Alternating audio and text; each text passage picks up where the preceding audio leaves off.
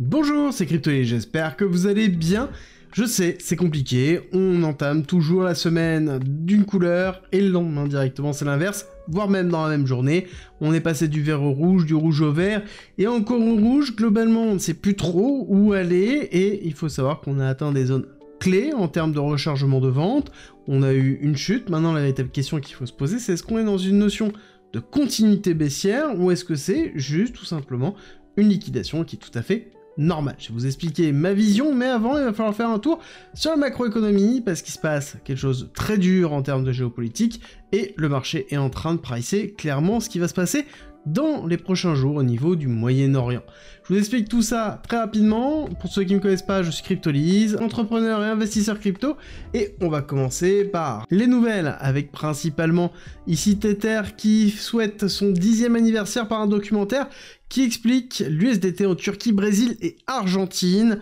Alors à chaque fois où on est dans cette démarche-là, clairement pour moi c'est une volonté de Tether de blanchir son image. Encore une fois, pour ceux qui ne connaissent pas Tether, c'est la société qui émet les USDT. Les USDT sont le stablecoin qui repose sur le dollar, et justement c'est aussi le stablecoin qui est refusé en Europe à cause de MiCA, donc c'est-à-dire la loi MiCA, et on pense fortement qu'on va avoir des nouvelles sur des nouveaux stablecoins qui vont être proposés par Tether et qui vont être justement compliant, ça veut dire qu'ils vont rentrer dans la réglementation, et je pense que là on est en train de montrer, regardez, on est une belle société, on s'occupe du monde à côté, mais ce qu'on ne dit pas c'est qu'on imprime tranquillement 6 milliards de dollars à 60 employés, ce qui fait de loin un des business les plus rentables qui existent à l'heure actuelle, et ça à garder en tête. En tout cas je pense qu'on va avoir des nouvelles dans pas longtemps de Tether.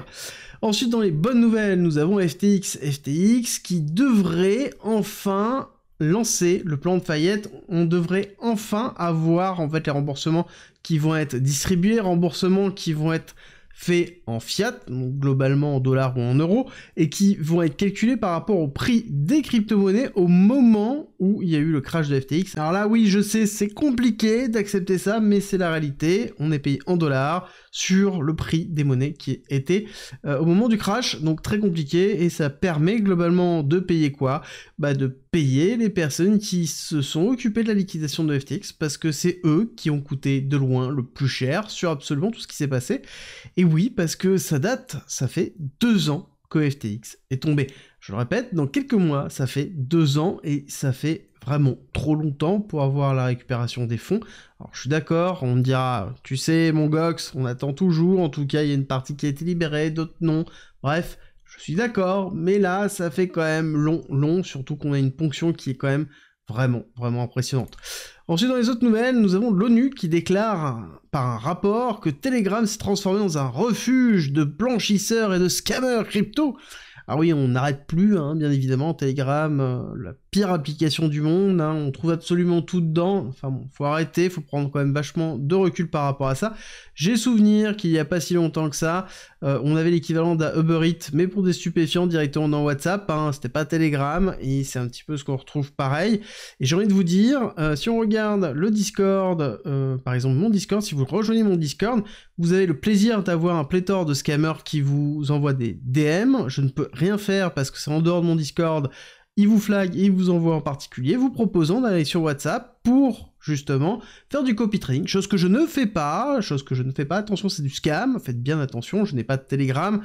privé, je n'ai pas de WhatsApp privé, je n'ai pas de copy trading, bref, on oublie tout ça, mais ça n'empêche que ça existe, et ça n'en fait pas, encore une fois, l'application la plus mauvaise qui existe, il faut prendre du recul, et à chaque fois on se retrouve sur des rapports qui arrivent à des moments opportuns. Bien évidemment, on rappelle que nous avons le CEO de Telegram qui est justement bloqué en France. Alors certes, il est au RIT, mais ça n'empêche qu'il ne peut pas partir autre, et il a une condamnation qui est pas loin, donc je pense qu'il y a des pressions énormes. C'est une des raisons pour lesquelles Telegram a décidé il y a peu de donner accès à plein d'informations remontant jusqu'à 2018. Je pense que ce n'est pas pour rien, et ça c'est pour accentuer encore et expliquer, oulala, Telegram pas bien, Europe a réussi à redresser Telegram, je pense qu'on est un peu dans cette idée-là,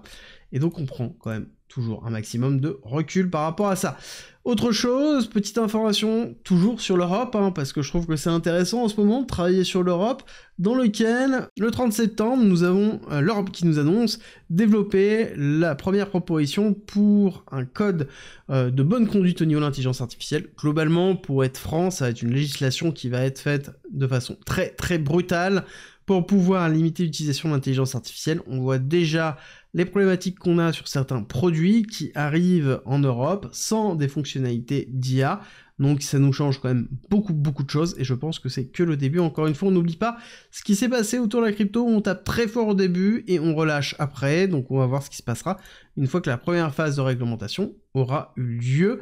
mais ça, encore une fois, c'est la problématique de l'Europe, où on a beaucoup de mal avec les nouvelles technologies et la notion d'entreprendre. Mais c'est pas le plus grave se trouve dans la géopolitique et dans ce qui est en train de se passer, principalement toujours Israël-Iran, ce qui se passe au Moyen-Orient qui a beaucoup de mal. On voit que c'est en train de monter les tensions tellement fort qu'à un moment donné, on se pose des questions à quel moment ça va éclater. Et là-dessus, on a toute une représentation où oui, en effet, pour Netanyahou, il n'y a qu'une notion de confrontation avec l'Iran qui peut être une rédemption. Pour rappel, la problématique de Netanyahou, c'est qu'il est coincé clairement entre les extrêmes de son parti et derrière le reste de la population israélienne. Donc toujours très compliqué. Oui, mais est-ce que c'est une solution ou même la notion de rédemption politique? Je sais pas si c'est des termes à utiliser de ce côté-là. Surtout quand on voit, alors est-ce que c'est vrai ou pas, là-dessus je vous laisserai vous faire votre propre opinion, dans lequel nous avons l'Iran qui aurait, attention entre guillemets, fait des tests sur une arme nucléaire, dans lequel on a eu en fait des secousses. On suppose que c'est dû à un essai nucléaire, on ne sait pas si c'est le cas ou pas. Des analystes disent oui, des analystes disent non, bref, pour moi, au vu des tentatives de manipulation, je prends un maximum de recul. Ça n'empêche que, clairement, nous avons le pétrole qui est en train de réagir sur ces typologies de nouvelles, sur ces typologies de risques. On a un pricing du marché qui est en train d'avoir lieu, et ce pricing-là est très important parce qu'il va jouer directement sur l'inflation. L'inflation qui, je le rappelle, est le cœur réellement de la réflexion au niveau de la Fed sur est-ce que oui ou non on continue la baisse des taux pour les bons éléments. Si on a une inflation qui éclate à la hausse, je peux vous dire que les marchés vont vraiment morfler. Et surtout quand on regarde le SP500, on voit des patterns qui sont vraiment pas super méga propres. Quand on regarde vraiment le travail du cours ici, pour l'instant ça va tant qu'on tient ici les 5675, mais si jamais on casse ce niveau-là et qu'on va se réfugier ici, par exemple, dans les 5600, en dessous des 5650, et au niveau des 5600, ça va être compliqué, surtout si on casse les 5600 et qu'on consolide en dessous. Là, par contre, ça veut dire qu'on va retracer beaucoup plus bas, et on en parlera au moment venu, mais ça veut dire qu'on aura une pression baissière au niveau de la crypto-monnaie qui sera relativement conséquent. Et c'est le cas aussi sur le Nasdaq, voire même un petit peu moins sexy, clairement. On le voit bien ici, où on a bien une tentative baissière, deuxième accélération, deuxième tentative baissière. Voir si on casse ça, on pourrait aller potentiellement chercher le 382,05 du retracement de Fibonacci, plutôt classique sur cette extension-là, pour voir une continuité de tendance, pour avoir quelque chose qui est plutôt bullish, qui est le scénario positif. Par contre, si on n'arrive pas à atteindre ça, ça va être vraiment très compliqué, et il suffit de regarder, hop, je me suis gouré d'outils, on reprend la prolongation de Fibonacci, on prend cette accélération baissière sur le retracement qui a été effectué. Bon, voilà, on a cette target-là à se donner en tête, 19 300, 19 400, on va se dire, dans lequel on pourrait aller bien valider un 0,5 pour repartir, surtout qu'on a un petit peu de liquidité ici, ce qui serait vraiment positif, donc c'est une pression baissière pendant peut-être 1 ou 2 jours avant de repartir à la hausse, ce qui serait vraiment positif pour le S&P 500, pour la crypto-monnaie en général aussi. Parce que oui, BTC en a besoin, on a bien eu une réaction ici au niveau de la selling zone, plutôt classique, on avait parlé hier principalement, dans lequel on est allé chercher ici des liquidités de cette zone-là, et on est allé chercher le petit order block qui se trouve ici avant d'avoir une réaction baissière qui n'est pas si forte que ça, on va attendre vraiment la validation. La validation aura lieu sur une rupture de cette zone-là, une rupture des 61 500. 61 500, ça sous-entend que potentiellement on ferait bien ici une impulsion baissière, retracement, deuxième impulsion baissière, et ce qui nous amène sur une extension de Fibonacci dans les 57 800, 57 100, et je sais pas si vous vous en souvenez, on a parlé de ces liquidités-là, cette liquidité et cette zone de liquidité. Je vais vous les remettre pour que ce soit bien frais dans votre tête. Elles se trouvent ici, d'accord? Ce sont les liquidités que l'on voit dans cette zone de liquidation, donc on a un appel de prix qui se trouve là, et c'est cohérent par rapport à ces targets-là, donc ça va être à surveiller. Pour ça, c'est pas encore validé, il va falloir casser baissier un petit peu plus pour pouvoir bien valider l'impulsion baissière, et je pense que de toute façon, dans tous les cas, dès qu'on aura cassé ce niveau-là, les 61 700, je pense qu'on aura une accélération baissière qui sera assez forte, sinon on aura l'invalidation beaucoup plus rapidement que prévu, et si on invalide, ça veut dire qu'on va chercher ici 67 000, je pense, donc le haut ici de cette zone-là, hop, je vous le mets ici, c'est-à-dire ici, cette zone ici, hop, je me suis trompé, on refait, tac, cette zone ici. D'accord, 67 000, qui est la zone plutôt classique du haut du bull flag. Bull flag, hein, toujours important, donc il va falloir le tenir, il va falloir surtout, à un moment donné, le casser. Mais encore une fois, c'est la patience, et si jamais vous ne savez pas quoi lire, en commentaire en description, vous avez la possibilité de télécharger mon guide d'investissement, 40 pages, où je passe en revue vraiment la façon dans laquelle j'investis et ma façon de fonctionner, que ce soit en trading ou en investissement. Vous avez 40 pages où je reviens sur la psychologie, je reviens un peu sur tout. C'est en commentaire en description, c'est 100% gratuit. Et je pense que c'est vraiment opportun, notamment dans des zones comme celle-ci. Et côté altcoin, qu'est-ce qui se passe? Nous avons la dominance qui pousse, alors qui n'est pas liée à Ethereum, qui n'est pas liée aux autres cryptos, qui compte un peu, mais beaucoup aux shitcoins et aux memecoins de base. Mais pas que, j'abuse un peu, mais quand même, mais pas que.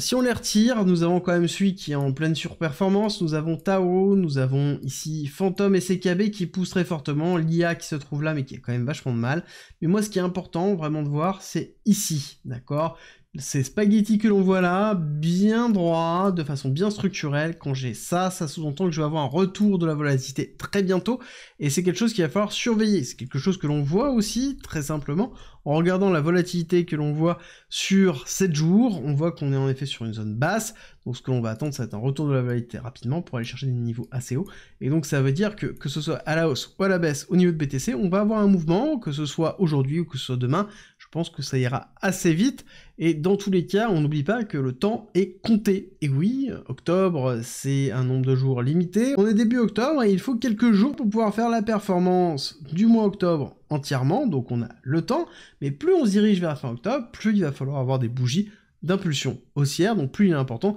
d'aller faire des zones de retracement, et c'est ce qui est important maintenant de voir. Est-ce qu'on va aller retracer? Est-ce qu'on va avoir une géopolitique qui va justement s'accélérer? Il va falloir surveiller ce qui est en train de se passer. Je pense qu'on pourra avoir des grosses surprises, pas forcément positives de ce côté-là, pour justement avoir une impulsion baissière très forte. Il faudra justement affronter la peur dans ces parties-là, et c'est là où il va falloir justement se préparer à saisir des opportunités si jamais le marché nous les donne. Encore une fois, on est patient, mais on est patient sur quelque chose que le marché décidera de nous le donner. Nous avons juste la possibilité de déterminer si oui ou non ça peut arriver, et si ça peut arriver, comment on va réagir dans ces zones-là. Si jamais vous avez un doute, je vous rappelle que vous avez en commentaire en description le guide d'investissement 100% gratuit, quasiment 40 pages dans lequel je passe en revue tout, donc n'hésitez pas à le consulter, c'est avec plaisir, vous me direz ce que vous en pensez dans les prochains commentaires, et d'ailleurs, j'ai une question à vous poser, est-ce que vous seriez pour ou contre qu'à la place de la quotidienne, à 7h30, je fasse un live de 20 minutes pour faire en live avec vous cette analyse-là, ou est-ce que vous préférez le format de la quotidienne? Dites-moi tout en commentaire et en description, ça me fait plaisir de vous lire, et je vous dis à très vite.